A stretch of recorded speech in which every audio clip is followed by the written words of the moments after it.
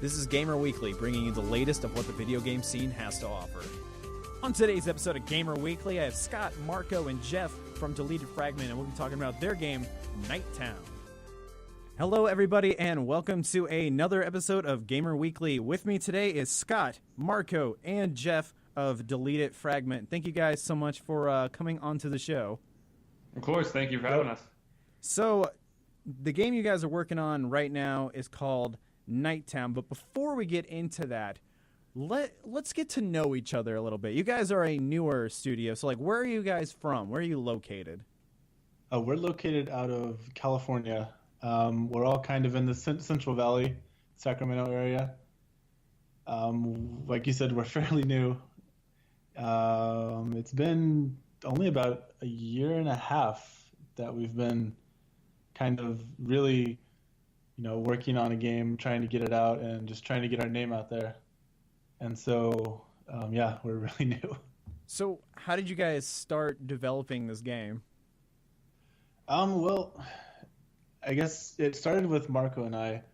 We just got tired of playing games. Well, not tired of playing games, but you play them for so long, you get bored, you feel like you're wasting time, and then you want to just make something and create it because you don't like some kind of function or some kind of dynamic that the game has. Plus, we had a background in web development and just some developing languages, so we knew we had the capabilities of making a game. So we kind of went from there.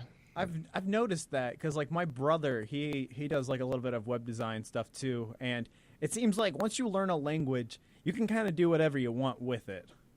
Yeah, definitely. It's definitely a snowball effect where you learn one, and as long as you learn that syntax, it pretty much opens the door for everything else. Yep. So once you've made that law firm's website, guess what? You can make the next big game, and that's a big jump, but yeah. So tell us about Nightown. Right now, there's no gameplay footage yet. Well, as of this recording, there might be a trailer out when right when the episode comes out. But bring us into the theater of the mind. Let's find out what exactly is this game? What other games is it similar to? That kind of stuff. Well, I guess I'll start with the inspiration behind it, and that would be a lot of the games of the early or the late '80s, the early '90s, like Earthbound or Zombies Ate My Neighbors or even Zelda. It's just really epic RPGs. They're kind of quirky, they're kind of serious, but altogether they're just a good, well-rounded, story-based RPG. But in that same vein, we have the catching dynamic in Nightown, kind of like Pokemon or Yokai Watch. And so taking that inspiration and taking a story that we've been thinking about for a while now, we just kind of put together this world that is, it takes place in two different worlds. It takes place on Earth, and it takes place in Myriad, which is where Nightown is located, which is where the majority of the game is going to take place. So it's got a horror element to it because you're using, spirits, you're using graveyards to get around, you're fighting off trans-dimensional monsters and these real Lovecraftian beasts and zombies and just a whole bunch of stuff. But there's also that sci-fi element to it, to where you're going in through different worlds. You're going back and forth from Earth to Myriad and just hopping and trying to solve puzzles, trying to get through the storyline, and just trying to beat the game and survive. So, because you were bringing up Pokemon and Yokai Watch, Yeah. First, it's cool to see somebody else that played Yokai Watch, because I thought that game was awesome, and everyone was like, "Oh, it's just a Pokemon ripoff." No, it's barely like Pokemon. The only thing is oh, you catch monsters or whatever, but that's besides the point. Do you catch monsters in this as well? You'll be able to recruit the majority of the spirits that you find in the game. When you go into Nightown, everything there, except for the bosses, of course, you'll be able to recruit to your team. You'll be able to raise them and develop them how you want. But when you come over to the Earth is when you get more of the RPG experience, because you'll be fighting things that you can't really catch, like zombies, skeletons, ghosts, and like other stuff like that. Yeah. So in a way, it's kind of like a less serious Persona. Kind of, yeah. Actually, that would be a really good way to describe it. Yeah. Because I'm about to say, because I feel like with like it's so weird that Yokai Watch got all the flack for that stuff, but like. Yo, like in like Persona and stuff, you do the same exact thing. You just only they're like really weird monsters, like extremely weird. Like I played like Devil Summoner. I'm like, what the fuck am I looking at right now? Like, what is this? So so is that how like the combat gonna work too? Like, is it gonna be more like a turn-based kind of thing? Yeah, the combat will be turn-based. We have a few little quirks in there with it, like items. You can only use the items that you equip before you get into battle, but you can only use them once during the battle, and you can use them anytime. So in that sense, they're more like Magic the Gathering, the instance, where you can just do whatever you want on any turn. And then you get completely mana fucked in between the Yeah. game. We steal all of your land. It goes from there. Right. Of course. I used to play Magic, so like, I was never good at it. I just I lost a lot. I would go to the Friday Night Magic things and be like, I got my blue-black deck. I think I got a good handle on this. And then somebody just completely destroys me. Like, I need to stop playing this. What am I doing with my life? So, and that's how we want the combat to feel in our game too. Make me regret living. Yeah, just totally demoralizing. You know, it kind of almost kind of like an Undertale thing where like you could walk away from combat and the game's like, yeah, I'd walk away too. Like, this is kind of fucking pointless for you to do. I mean, there's certain things you can walk away from, but as far as story progression, bosses or things like that, I mean, you have to get through them, or it's just you're stuck. You're just gonna be grinding. And, you'll have to grind or find a spirit that is strong against the boss type. So how many monsters and stuff are you going to be able to capture in this? Are we going ridiculous with like 800 like Pokemon, or are we going more like maybe 100? I mean, as far as we have 126 at the moment. And sometimes, if we want to add more, we just make more, especially if someone makes, a spelling error, like the last monster we made. So we plan to add more spirits in as we go too. So it won't just be that 126 that you see in the game. So what exactly, what happened with the spelling error thing?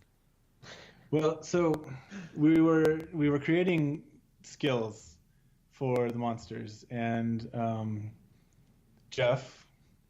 Yep, it was totally my fault. Misspelled coin and changed it to corn, and it just became an inside joke. And so I made like a whole line of corn spirits, and just went from there. Just went to ridiculous places like a candy corn spirit and like a pumpkin candy spirit, and just a whole bunch of weird stuff. Just as planned. They were pretty dope. So I mean, we'll add stuff like that too. So yeah, our main point is that we want to make sure that it's manageable, and we want to make sure that they are unique. So each spirit is one and of its own. We try not to copy anything like that across spirits, so that each one feels like they're their own spirit, and that they don't exactly have the traits of every other one. And so how exactly do you catch the spirits? Do you use like a butterfly net, or like do you have like a special watch, or do you use Pokeballs or something? As of now, we have sealing runes that allow you to cleanse them, because a lot of these spirits have been corrupted by the bosses, and that'll be or that'll be more clear once the game trailer actually comes out, of like who the bosses are and why these spirits are corrupted. But you're pretty much cleansing them of this corruption, and then you have a chance to recruit them after that.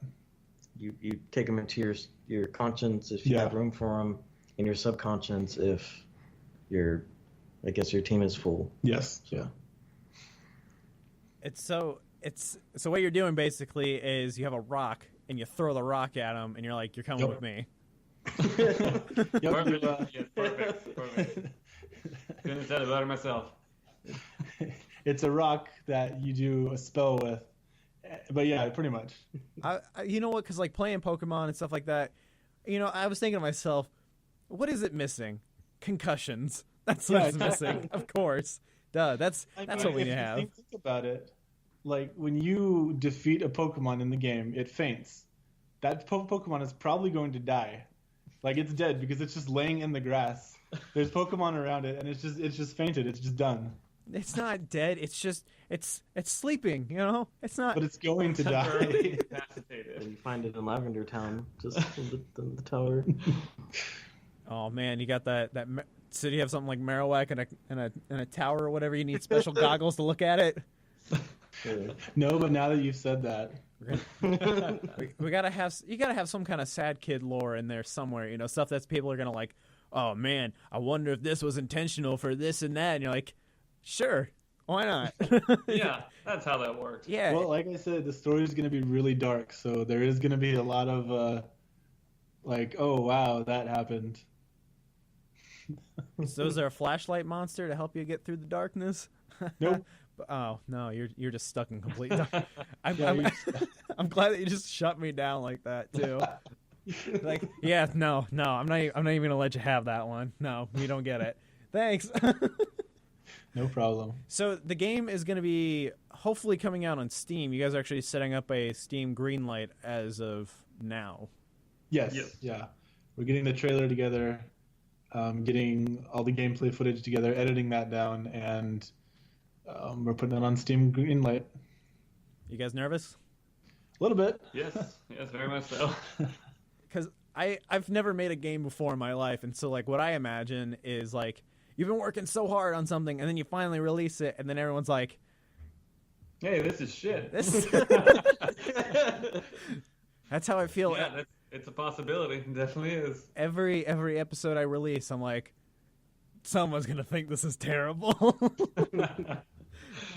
Well, the good thing, we've been involved in our social media community a lot.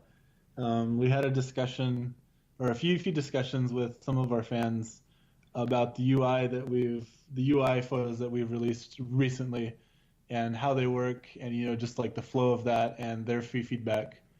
And they've actually made us go back and think of better ways to do things. So we're trying to get the fans involved as much as we can too. So you have maybe a fan competition of like designing monsters, or maybe take like some suggestions, that kind of stuff. Yeah, exactly. So someone's gonna be like, "Hey, you should have a monster where it's a guy and he's got a hamster coming out of your butt," and then people are like, yeah, no, that's a good one. Yeah, go with that one. And everyone's Sweet, like, let's do it. Well, we're trying to keep the game teen, but yeah, that could be like a hidden feature. I think that's actually from like Rick and Morty. Probably.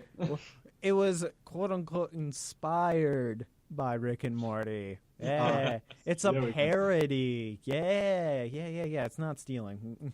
Stealing? Who's stealing? We're not stealing. You're stealing. Mick. It was inspired by Mick and Rory. Yeah, there you go. Just change the letters. It's fine. Wubba lubba dick do. That. Yeah, that's what it is. So, let's see. What else do we got here on the plate?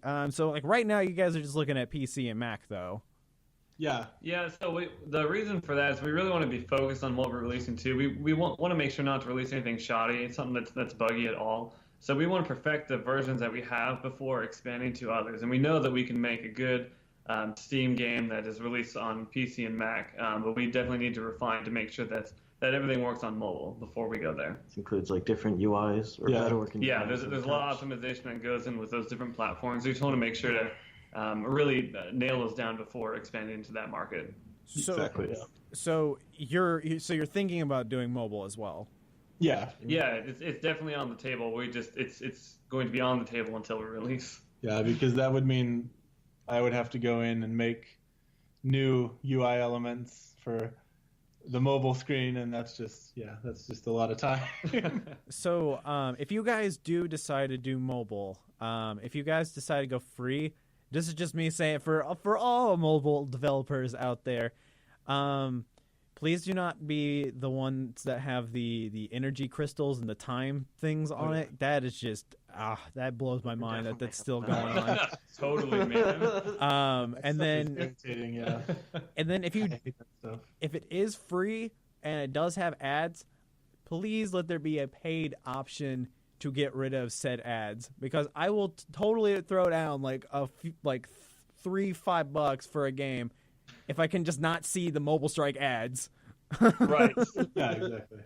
So that is my to all mobile developers out there, all 6 of you that are out there listening right now, heed my words. Do not do crystals anymore. I'm done. I know that $100 is the best value, but I don't have $100. I feel like you've written letters for like EA. It's like, why are you doing this to me? If I can get either like Supercell, King, or EA, or any of those guys that are the instigators for that, I will gladly sit them down and have a peaceful conversation with them, because that's just what very peaceful. God. So that is going to wrap it up for this week's Gamer Weekly. Check out Nightown when it is on Steam Greenlight. Vote it up. Add it to your wish list. Tell people to vote it as well. Tell them how awesome it is. If you believe that it's awesome, I believe it's awesome. So I don't want to be, telling you what to do. You should be. Okay, I am telling you must do it. Do it. You guys should do those things that he's saying. That sounds good. I like it. So, thank you guys so much for coming onto the show. It's been a pleasure. Thank you very much. Yes, thank you. And if you guys like Gamer Weekly, it's on SoundCloud, iTunes, and Podcast Addict. If you go on the Podcast Addict, I know the interface is a little atrocious, but just add iTunes in there, and I will pop up there, and just hit subscribe, and you will get notifications when the episode comes out. And if you don't, just go back into the app and refresh it. I'm sure something will pop up. So until then, thank you guys once again for coming on, and thank you so much for listening. Goodbye. See ya. Thank you.